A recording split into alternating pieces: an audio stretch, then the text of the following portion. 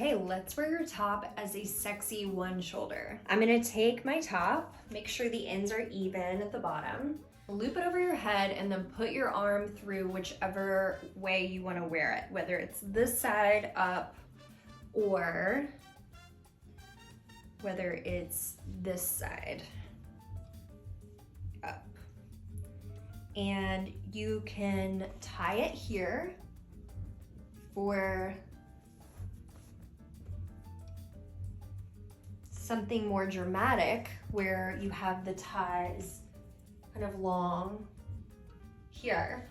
Or if this is too dramatic for your environment, you can, what I like to do is not knot it back here first. What I'll do is just wrap it crisscross in the back and continue wrapping in the front like this and knot it at the back.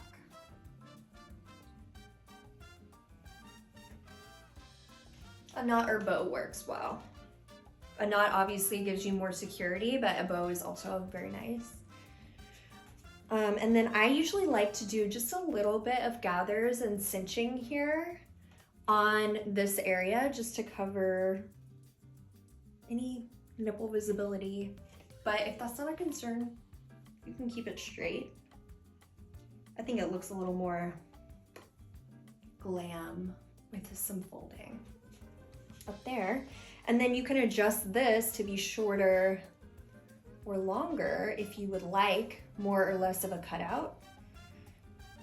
And you can spread out these bands to be more wide and smooth, or if you want them skinnier, you can keep them skinny. Personally, I like them flat just because they're a little more comfortable, but everybody's got different tastes.